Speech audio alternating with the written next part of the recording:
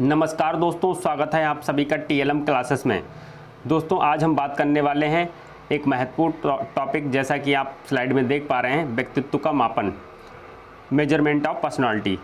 तो दोस्तों measurement of personality को हम मेजर करने की विधियों को सीखेंगे। साथ में दोस्तों सीखेंगे कि व्यक्तित्व एक्चुअली क्या होता है और उसके कैसे कैसे किन किन विधियों से माप सकते हैं। तो आइए दोस्तों बात करते हैं व्यक्तित्व की।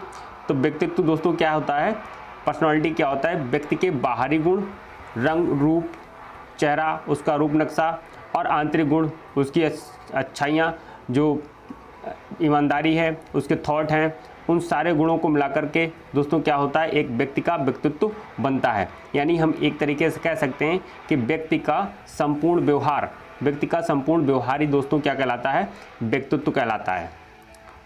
आइए बात करते हैं हम यहाँ पर व्यक्तित्व मापन की, हम प्रक्षेपी विधियों की बात करेंगे दोस्तों।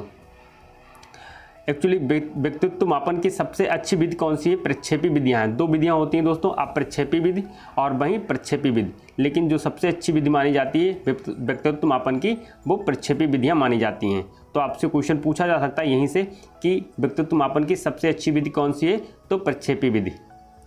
आइए दोस्तों बात करते हैं, इसमें क्या होता है, इसमें बच्चे का अचेतन मन का अध्ययन किया जाता है तथा इसमें उद्दीपन अस्पष्ट रहता है। दोस्तों ये क्वेश्चन रीड में पूछा गया था कि किस व्यक्तित्व मापन की किस विधि में उद्दीपक अस्पष्ट रहता है। तो दोस्तों व्यक्तित्व मापन की प्रक्षेपी विधियों में उद्दीपन जो है वो अस्पष्ट रहता है, क्योंकि इसमें हम अचेतन मन का अध्ययन करते हैं, इसलिए। आइए बात करते हैं प्रक्षेपी विधि। सबसे पहले हम बात करेंगे दोस्तों हर्मन रोसा का स्याही परीक्षण है, जो कि हर्मन रोसा परीक्षण के नाम से जाना जाता है और इसे हर्मन रोसा महोदय ने दिया है। दोस्तों ये रोसा होगा। आइए बात करते हैं दूसरा, बात करेंगे हम टेट थेमेटिक एप्रिसिएशन टेस्ट, जिसको हिंदी में बोले तो प्रसंगात्मक बोध परीक्षण मॉर्गन मुरे द्वारा दिया गया है।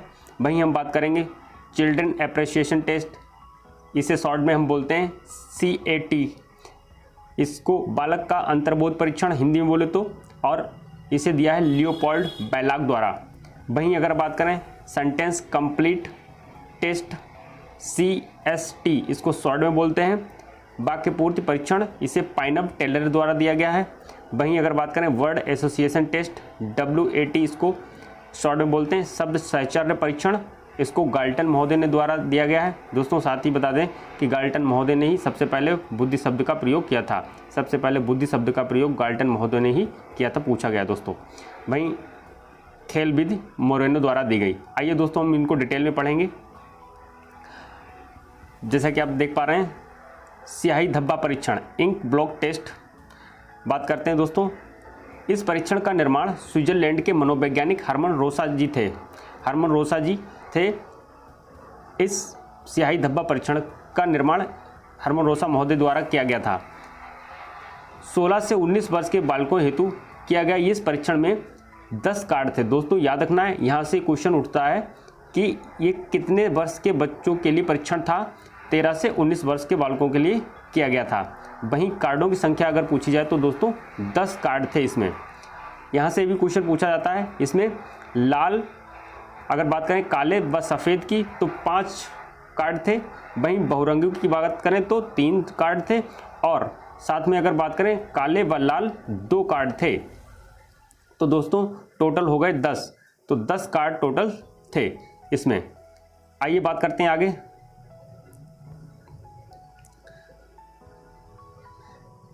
अब इन बच्चों को क्या किया जाता था, इनको कार्ड को दिखाया जाता था। जब इन कार्ड को दिखाया जाता तो बच्चों से क्वेश्चन पूछे जाते थे कि आपको इसमें क्या दिखाई दिया। अब उसी आधार पर बच्चों से क्या निकलवाया जाता था, उनके अंदर की भावनाओं को व्यक्त करवाया जाता था। देखिए दोस्तों कि जिन बच्चों को कार्ड को अस्पष्ट धब्बे दिखाई देते थे तो वे बालक दूसरों की कमी निकालने वाले होते थे। अस्पष्ट धब्बे याद रखना है दोस्तों, जिनको अस्पष्ट धब्बे दिखाई देते थे कार्ड में, तो वे बच्चे क्या थे, दूसरों की कमी निकालने वाले थे, चिंता करने वाले व्यक्तित्व के थे। वहीं जब बच्चों को स्पष्ट धब्बे दिखाई दिए तो बच्चे सैद्धांतिक रूप से दोस्तों क्या थे, सैद्धांतिक व्यक्तित्व वाले थे। ऐसे बच्चे जिनको स्पष्ट धब्बे दिखाई देते थे। वहीं अगर बात करें जिन बच्चों को कार्ड के अंदर भी कुछ दिखाई दिया, ऐसे बालक अंतर्मुखी व्यक्तित्व के दिखाई दिए। दोस्तों अपने में चिंतनशील रहना, ये अंतर्मुखी की क्या होती है, विशेषता होती है। अपने बारे में सोचना, अपनी जो समस्याएं हैं, प्रॉब्लम्स हैं, उनको सॉल्व करने के बारे में सोचना, तो ऐसे व्यक्ति अंतर्मुखी व्यक्तित्व के होते हैं। वहीं जिन बच्चों को कार्ड रंगीन दिखाई दिए, वे बालक इमोशनली भावुक और संवेगी व्यक्तित्व के थे। तो दोस्तों यहाँ से भी क्वेश्चन पूछा जाता है, आपको याद रखना है। आइए दोस्तों बात करते हैं आगे। थीमेटिक एप्रिसिएशन टेस्ट TAT, इसको दिया गया है प्रसंगात्मक बोध परीक्षण बाई मॉर्गन और मुरे द्वारा ये परीक्षण दिया गया है। आइए दोस्तों बात करते हैं इसकी भी। इस परीक्षण का निर्माण मॉर्गन मुरे द्वारा 14 से ऊपर वर्ष के बच्चों के लिए किया गया था। दोस्तों यहीं से क्वेश्चन बनेगा कि इस परीक्षण का निर्माण यानी टेट जो परीक्षण किया गया था, इसका निर्माण कितने वर्ष के बच्चों के लिए किया गया था, तो 14 वर्ष से ऊपर के लिए बच्चों के लिए किया गया था। इसमें कुल 31 कार्ड थे। दोस्तों याद रखना, इसमें 31 कार्ड थे, 31। 10 कार्ड जो थे पुरुष के अस्पष्ट चित्र थे, 10 कार्ड महिलाओं के अस्पष्ट चित्र थे और 10 कार्ड पुरुष व महिला दोनों के अस्पष्ट चित्र थे और एक दोस्तों कार्ड सादा था।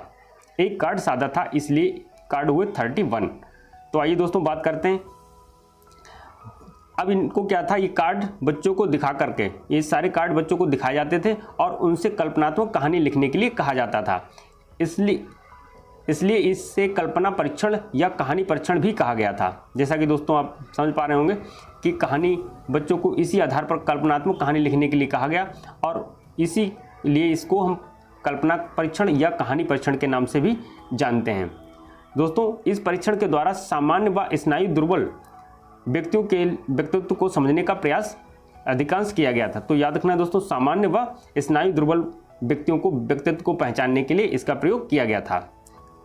आइए बात करते हैं दोस्तों चिल्ड्रन एप्रिसिएशन टेस्ट CAT, इसको दोस्तों दिया गया है लियोपार्ड बैलाक द्वारा, बालकों का अंतर्बोध परीक्षण। आइए बात करते हैं। इस परीक्षण का निर्माण 3 से 11 वर्ष तक की आयु के बच्चों के लिए किया गया था। दोस्तों ये बिल्कुल याद रखना है आपको, कितने से कितने वर्ष के बालकों के लिए ये परीक्षण किया गया था, 3 से 11 वर्ष के बालकों हेतु। वहीं इसमें 10 कार्ड थे दोस्तों, इसमें भी 10 कार्ड थे, इसमें जानवरों के चित्र थे, टोटल इसमें जानवरों के चित्र थे और बच्चों को कार्ड दिखाकर कहानी लिखने के लिए कहा गया था।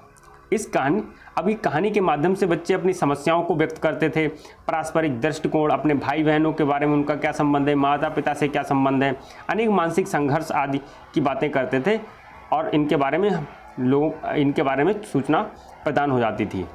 तो दोस्तों इसे दिया है लियोपार्ड बैलाक, याद रखना है दोस्तों, बालकों का अंतर्बोध परीक्षण लियोपार्ड बैलाक, 3 से 11 वर्ष की आयु के लिए, कार्डों की संख्या 10 और इसमें टोटल जानवरों के ही चित्र थे।